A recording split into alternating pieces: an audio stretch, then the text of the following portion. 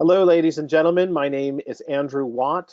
This is your District 3 Program Quality Director on the line. It's my great pleasure to meet with you this evening. Delighted to have you here.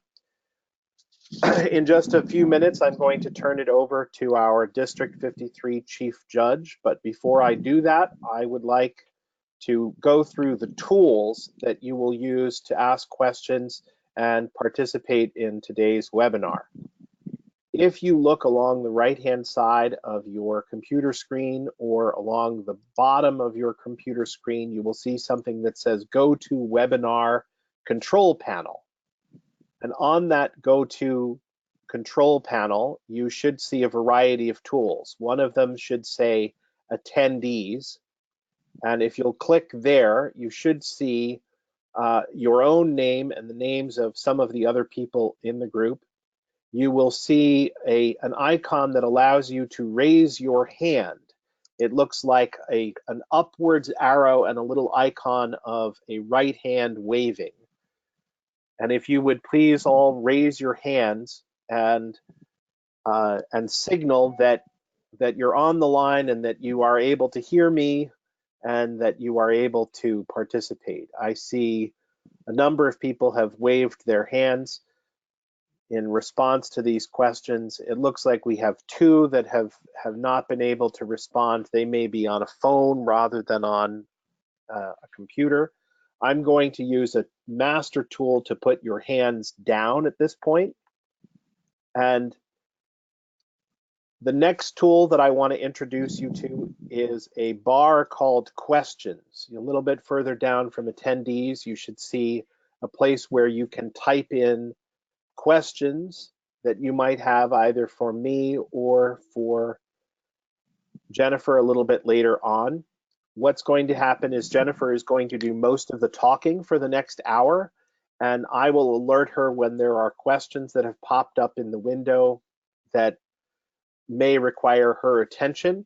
If I can answer the question ahead of time, I will type a brief response, and then periodically when Jennifer says so, I will say, all right, we have some questions from the questions field, and I will ask those questions and we'll get those questions into the recorded record of tonight's broadcast. There is also a chat window which allows you to send a message specifically to the organizers or to everyone in the audience, or only to the organizers. You can think of it as the back of the classroom where all the bad kids sit whispering while the teacher is up front.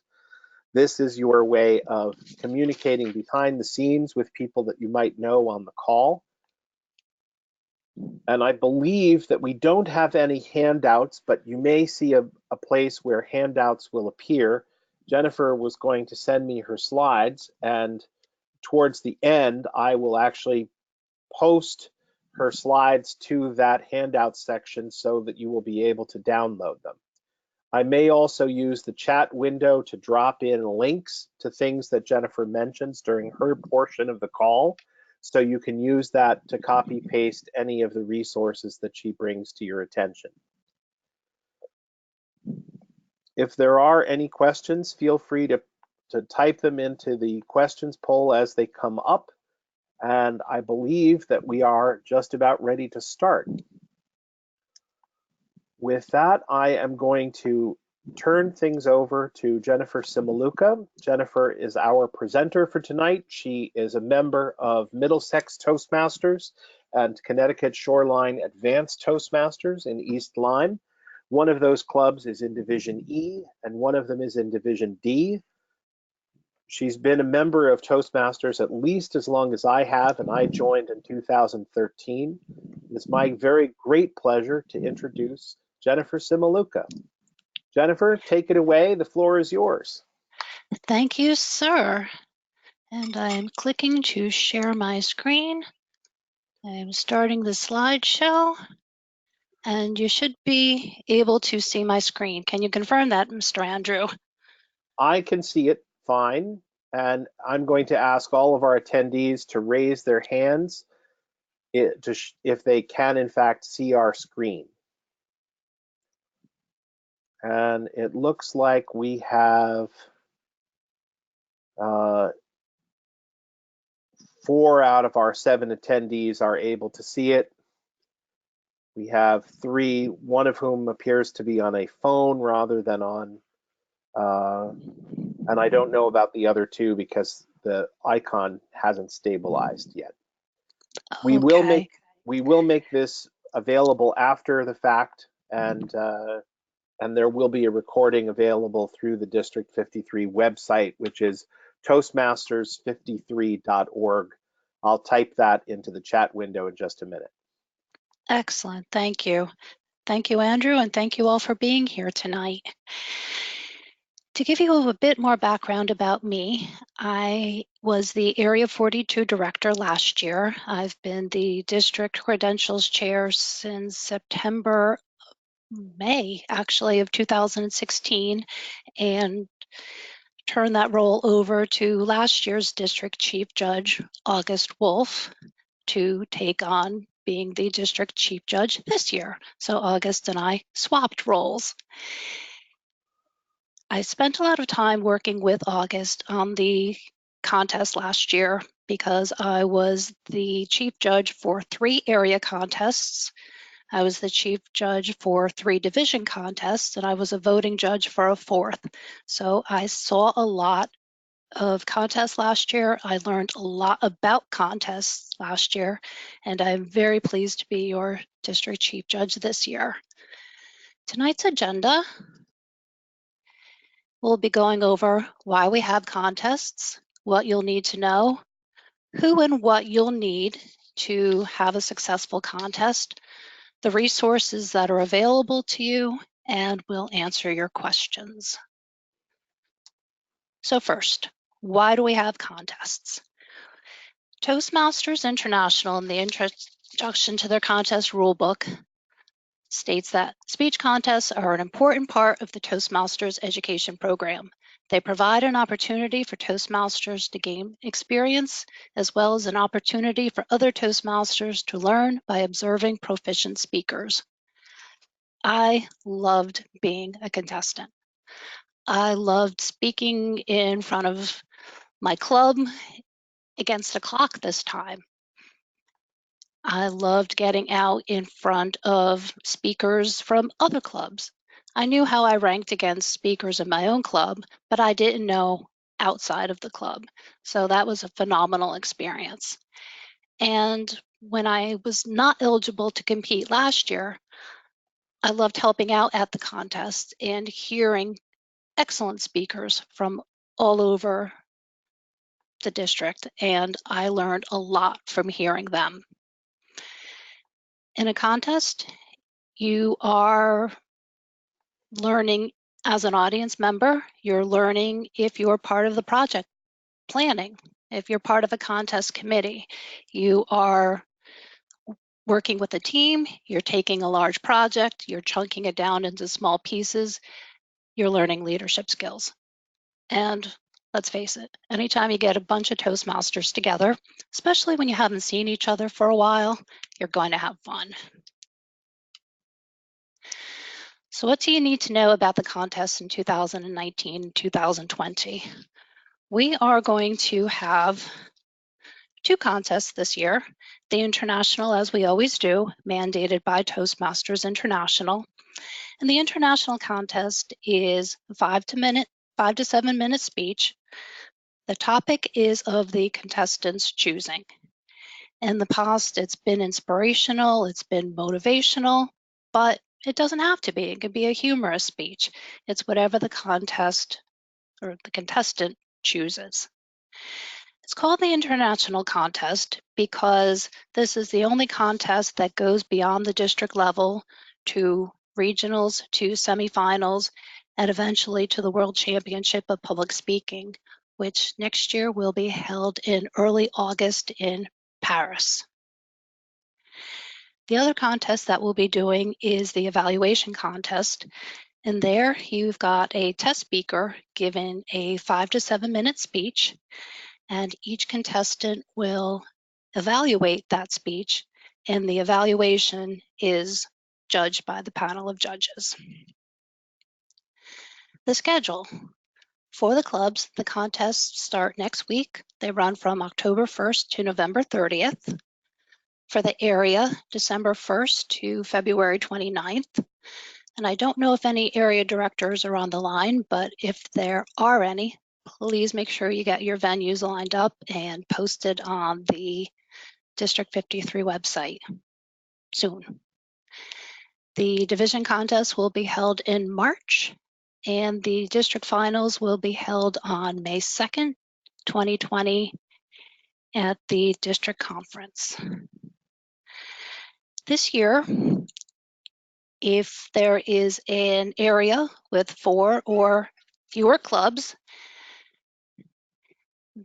each club may send 2 contestants to the area contest, or in a division with 4 or fewer areas, each area may send 2 contestants to the division contest. Are there any questions so far?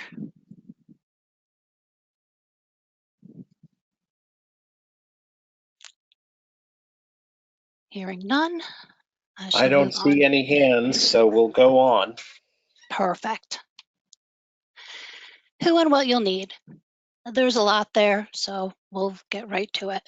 It's not so bad, really. Dates and times we talked about. The club contest between October 1st and November 30th. You can have both contests on the same night, or if you're in a corporate club or a club that only has a short meeting time, say an hour, you can spread them out over 2 meetings. That's fine, that's your choice. Contestants. Who is eligible? For the evaluation contest, any paid member of your club is eligible to be an evaluation contest contestant as long as your club is in good standing, which means having at least 8 paid members. For the international contest, again, it's a paid member of the club also being in good standing. And there's an eligibility requirement of 6 speeches in the Competent Communication Manual or levels 1 and 2 in a PATH. Now, I have an asterisk there to remind myself that if a club was chartered less than a year before the club contest, a charter member of that club is eligible to compete in the international contest. There is a waiver for that. Also ineligible, any current district officers, anyone who is campaigning to be a district officer here is ineligible to compete. So the thing to remember here is paid member in good standing of a club in good standing. So if you have a member who is interested in competing in a contest, please, please, please make sure they get their dues in before the club contest. Because any contestant who's later found to have been ineligible during an earlier contest will be disqualified. And I think there were 2 or 3, I can't remember how many, but there were disqualifications at the regional level because someone was found to be ineligible. So you make it through your club, you make it through your area, you make it through your division, you win your district contest, and you can't compete because your dues weren't paid when you competed for your club contest, say. That would be heartbreaking. So tell your members, get their dues in if they want to compete. Judges. The chief judge is the compliance officer for the contest. He or she will confirm judges are eligible to judge, briefs the judges and functionaries before a contest, and oversees counting of the ballots, handles protests if there are any. The voting judges listens carefully to each speaker and scores the speech based on criteria that's provided on the ballots. The evaluation contest and the international contest each have their own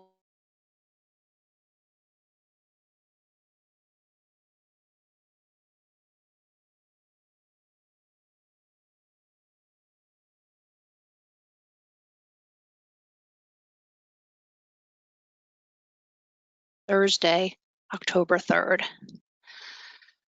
I Now, beg your pardon. I'm gonna call a halt. You had an audio breach that Okay. prevented what you were saying.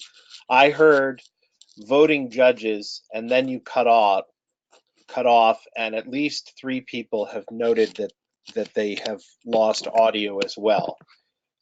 Okay. Can people who had audio problems please raise your hands if you have had restored audio?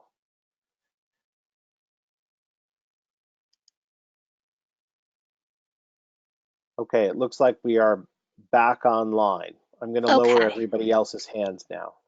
Okay. So I'll go back to the voting judges and what that role and responsibility is. And that is to listen carefully to each speaker and score the speech based on criteria that's provided on the evaluation speech contest ballot and the international speech contest ballot.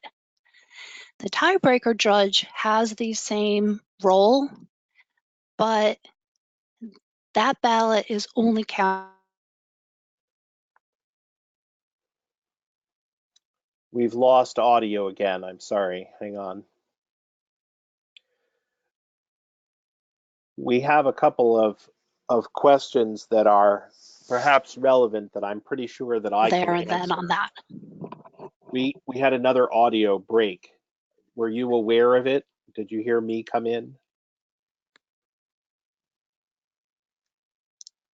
I hear you now. Okay. We had a question. Can the Yes. chief judge participate in a speech contest? I'm pretty sure Mm, that the answer is no. Is that right? correct. Any functionary cannot participate in the contest that he or she is serving in. So if someone is a timer, a judge, a chief judge, any role, so you're either competing or you're serving or you're enjoying yourself in the audience. Right. So you're a functionary or you're a chief judge or some kind of judge or you are a contestant, but you can't serve in all 3 roles simultaneously. Right, you can't compete. And there's actually a rule that says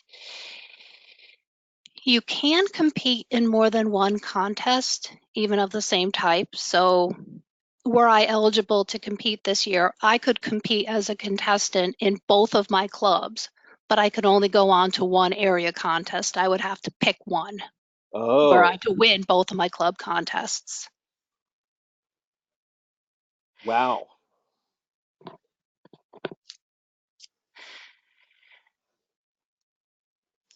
All right. Does that answer the question? I think it does. Okay. So all you need to be a judge at the club level is to be a paid Toastmaster. At the area and division level, there are more rules and criteria involved, but it's all about the dues at the club level.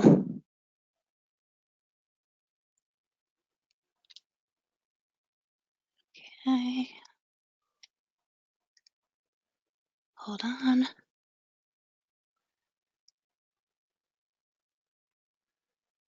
I'm frozen. Unfrozen. Okay. Contest chair. Can be one person, can be 2 people.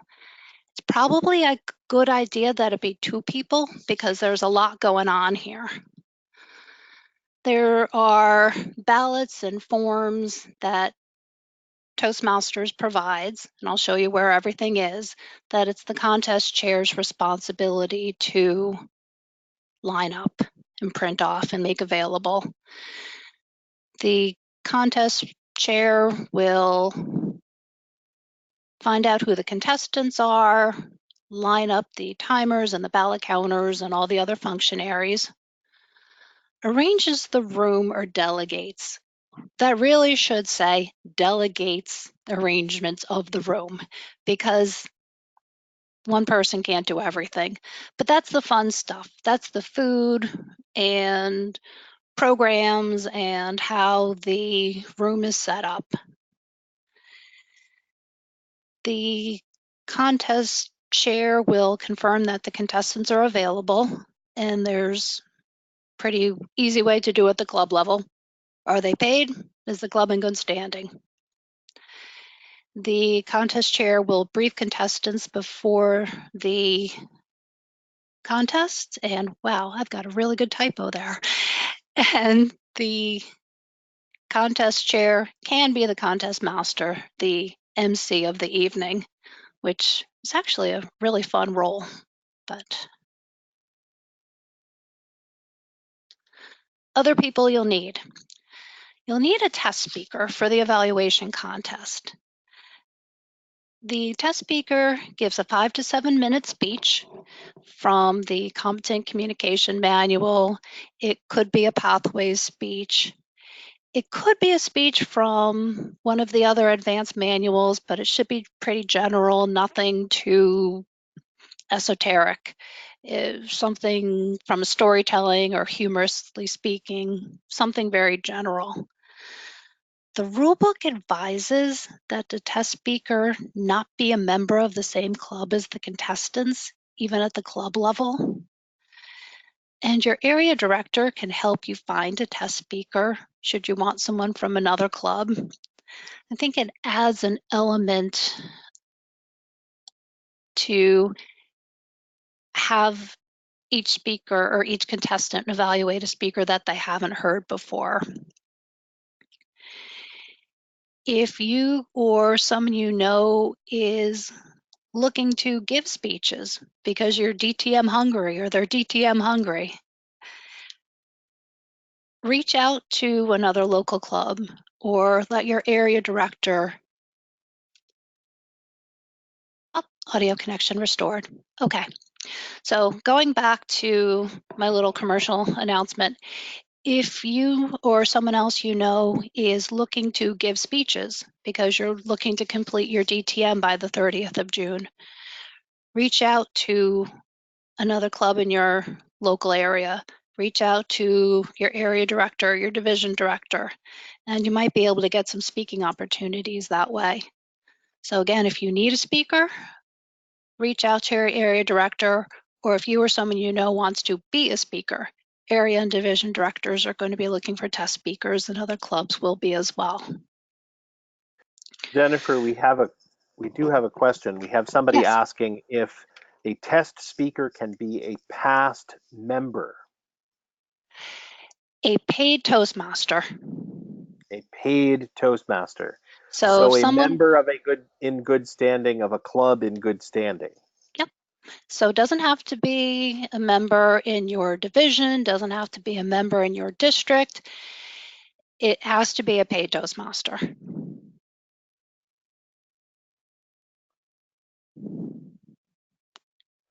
All right, I think that answers the question. Okay. The Sergeant at Arms will open the contest and controls the doors to make sure that people don't go in and out of the room while the contestant is speaking. And for the evaluation contest, the Sergeant at Arms will escort contestants into the room when their turn comes. So what happens is this. The test speaker will give their speech. The evaluation contestants leave the room. They have 5 minutes to prepare their evaluations on note paper provided by the contest chair. At the end of the 5 minutes, the Sergeant at Arms will collect everyone's notes and send in the first speaker or the first contestant.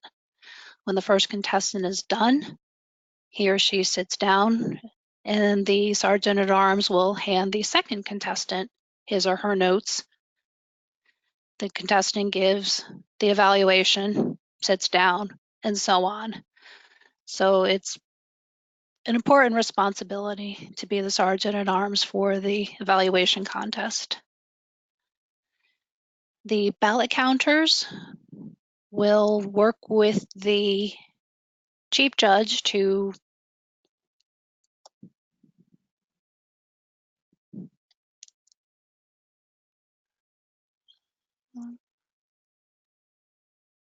Okay. I'm learning to watch for the audio connection. I don't know what's going on here. The ballot counters will work with the chief judge to tally the votes that the judges cast and will record the results for the contest chair and the contest master to announce. There are 2 timers for speech contests. One controls the stopwatch and the other signals. So the 2 work as a team. This way no one gets caught up in the speeches and the timing is accurate. Any questions before I move on?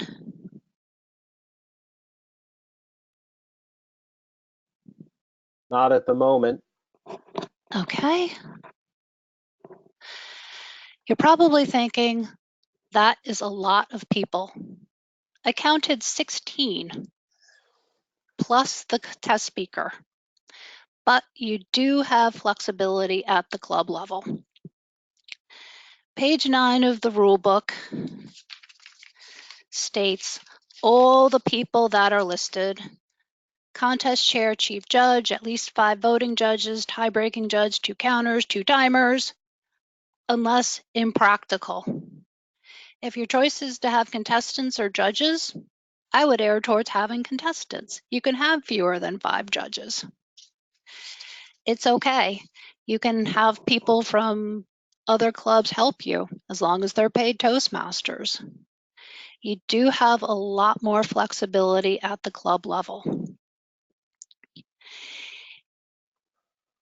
If you need to double up, have your ballot counter be a timer, that's okay, because you're not ballot counting and timing at the same time. As soon as the contests end, you're done timing, you can go count ballots. So there is flexibility at the club level. And it may be that a contest is completely impractical for your club. If you choose to nominate your contestants for the area contest in some other way, that's okay too. Each club can choose its contestant for the area speech contest by whatever means desired. The only rule is, if there is a contest, that it follows the rules in the manual. Again, there's some flexibility with the number of people that are required. What all of this means is, if you have any questions on what would work for your club's particular situation, ask your area director, ask me. My contact information will be presented again at the back of the deck. So don't worry. Other stuff. Refreshments. I put refreshments at the top of the list because I really like food and I think everybody likes food. Programs. Programs are optional. I think they're a nice touch. They're similar to agendas that you'd have at the club contest, but they're slightly different. They mention the next contest dates. They mention the functionaries who helped with the contest. Couple things with the program. You can say something like, thank you to the judges, but don't thank them by name. It's stated in the rule book that voting judges at all levels must remain anonymous when practical. In reality, that's really kind of funny, because the person sitting there with the ballot held up in the air, waiting to be picked up and counted, better be a judge.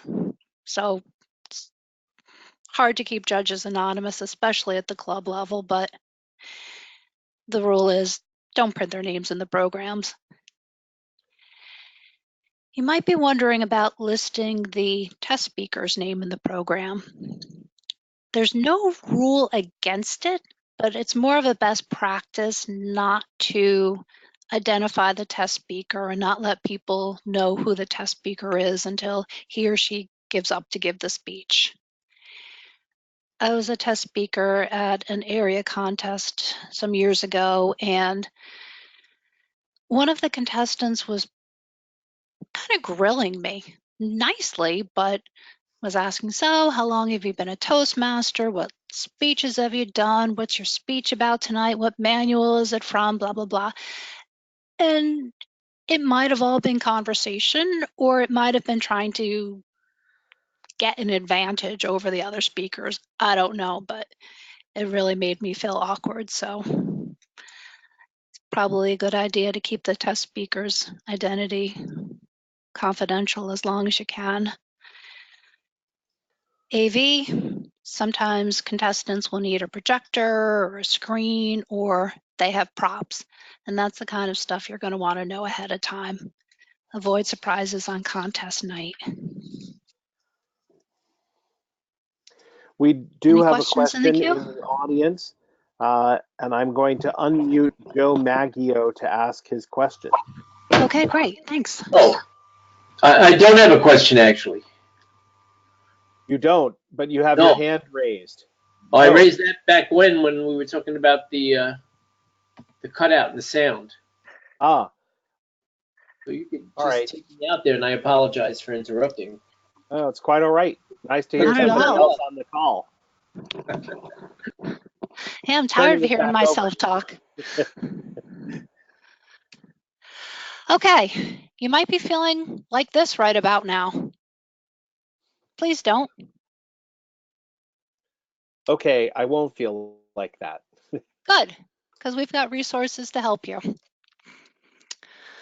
The first I've mentioned a few times already, and that is the,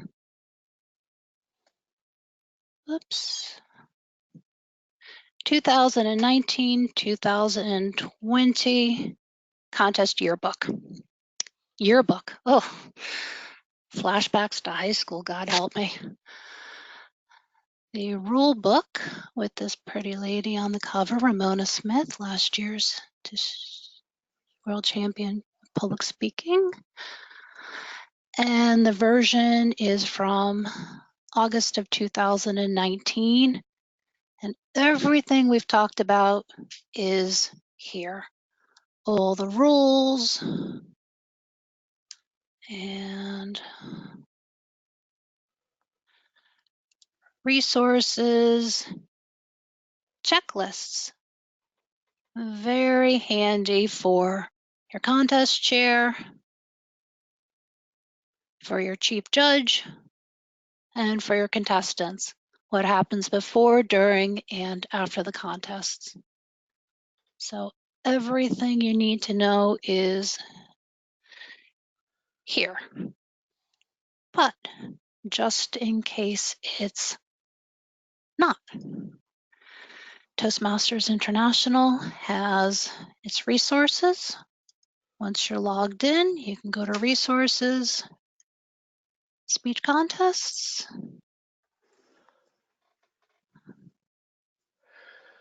and there we go. Descriptions of each of the contests.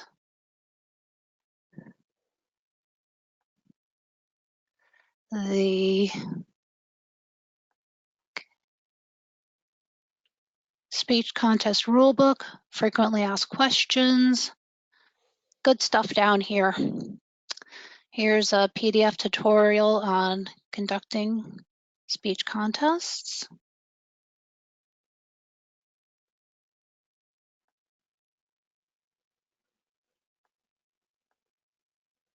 And there's a lot of good information here. It says area and division director training, but there's stuff that's good for everybody here. Contest tutorials and speech contest materials. Here's all the good stuff that you're going to need.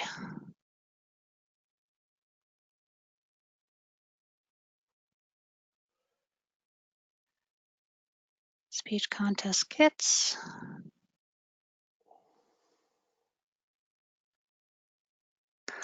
Now they say they're out of stock because they don't have hard copies of the items anymore.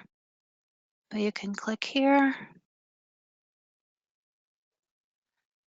Everything you need is downloadable.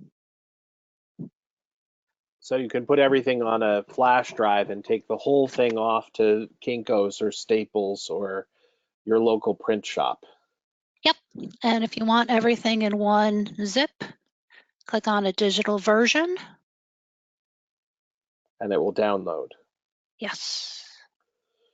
In the chat window on your GoToWebinar control panel, I've posted links to the District 53 website, the Toastmasters website, the current up-to-date 2019-20 rule book, and the area and division contest schedule.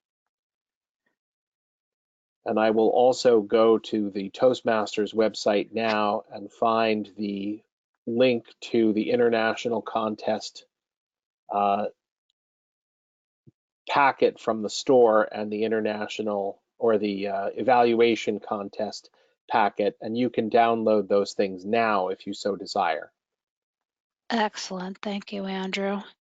And here are from the District 53, Toastmasters53.org contest, division and area schedule.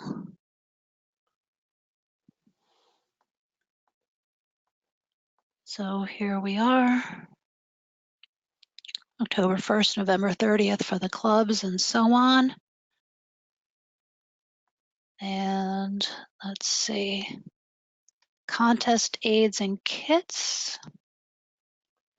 Here are scripts and briefings for the contest master and for briefing the contestants and the functionaries. A link to the rule book. If your venue requires a liability insurance certificate, that I know that that'll come later for the area and division directors, but every once in a while when a club changes venues, they need this. And it threw me for a loop the first time I got asked this question. We were having a one-off meeting with the club and someone needed a liability certificate and I didn't know what to do. So there's the links there. I'll post that link as well just as soon as I find the relevant place on the Toastmasters website. Oh, there it is. Other resources, calling Toastmasters directly. They're there until 9 o'clock our time each night because they're in Denver, 2 hours behind. So they're built into my phone and I've had to call them. Very helpful. I have them on speed dial. Yeah. It gets bad. Or good. I'm on a first name basis with some of them. We trade photographs of our kids now. Your area and division directors are going to be great resources for you because number one, they want to help you. And number two, helping you is going to give them practice and let them know what to expect when they're doing their area and division contests. So do not hesitate to reach out to them and do not hesitate to reach out to me. That is my contact information. My phone number is there. It is both the best and worst way to reach me. I say it's the best because I always have my phone with me. It's the worst because if I see a number and I don't recognize it, I don't pick up. So if you're calling from your landline, leave me a voicemail. I will call you back as soon as I can. If you're calling from your mobile or if you're on your mobile, just send me a text with your name, number, and the nature of your emergency, and I will get right back to you. But just send me a text and I'll be right back to you. And my email is there as well if it's something that's not as time sensitive. And now So the rest. we use the phone number when the contest has already started and we're confused about a rule in the middle of the contest. Right. And the phone and the email address is for several days to a month before you actually hold your contest. Well, Got it. you can text me anytime. That's fine. No worries Fantastic. there. The rest of the time is yours for your questions.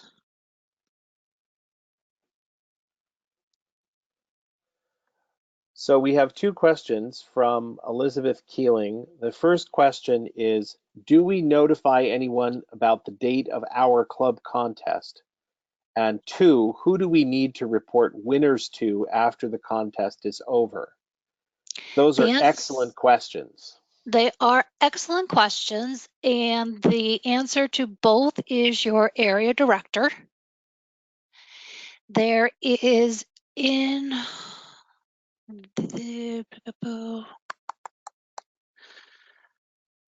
one of the forms that's in the kit is a notification of winners form, and that goes to your area director because he or she will be the chair for the next contest. And so that goes to the area director, and it's your area director who you will let know when and where your contest is to be held. That way he or she knows everyone to notify and will likely want to be there if at all possible. This brings up a question from me. Yes. If I'm an area director, yes. I want to know not only who won the contest at the area, at the club level, but I also want to know first, second, third, fourth, however many contestants there are, because yes.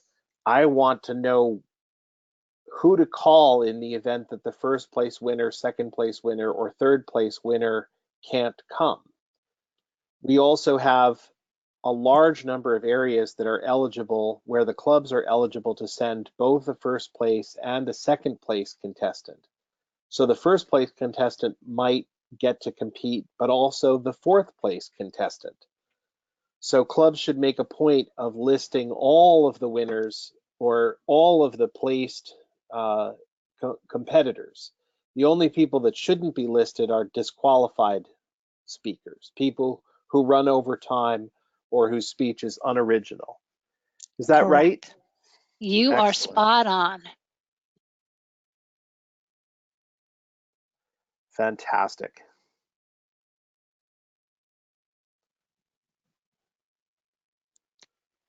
And what other questions do we have?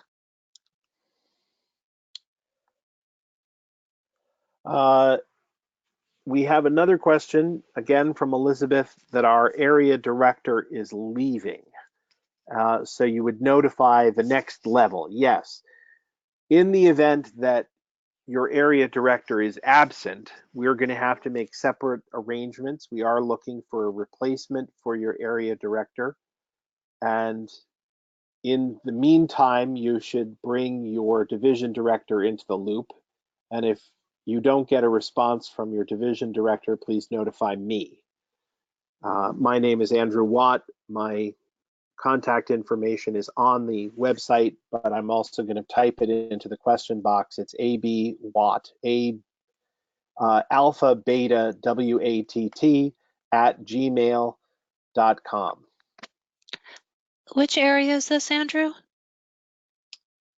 We have two areas that don't currently have area directors, and I believe that we have one in Division G that the area director has gotten promoted and is moving across country and out of district and won't be able to fulfill his duties.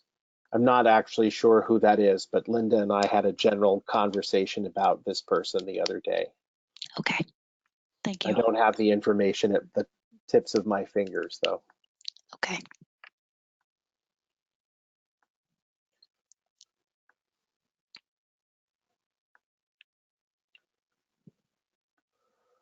All right, I don't see any other hands up, and I don't see any other questions. I'm going to ask a couple of random questions. Can clubs host contests of their own? Can they just decide, we like contests so much, we're going to do a table topics contest, or we're going to do a humorous speech contest?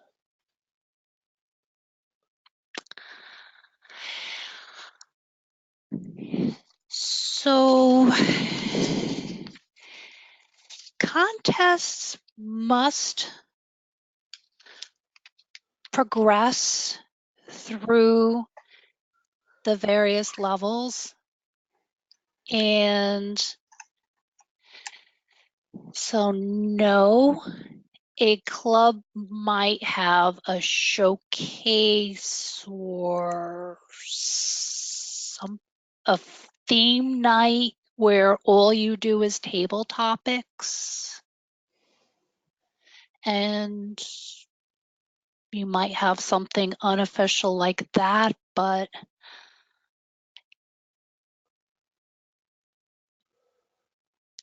You're not going to have you're not going to run your own contests that don't correct. continue on to be part of the Toastmasters larger experience. Exactly. It's All right. not in policy to do that. All right.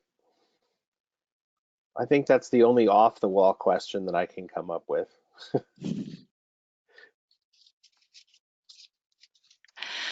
Well, if you have any more off the wall questions, you know where to find me. And for I the do folks indeed.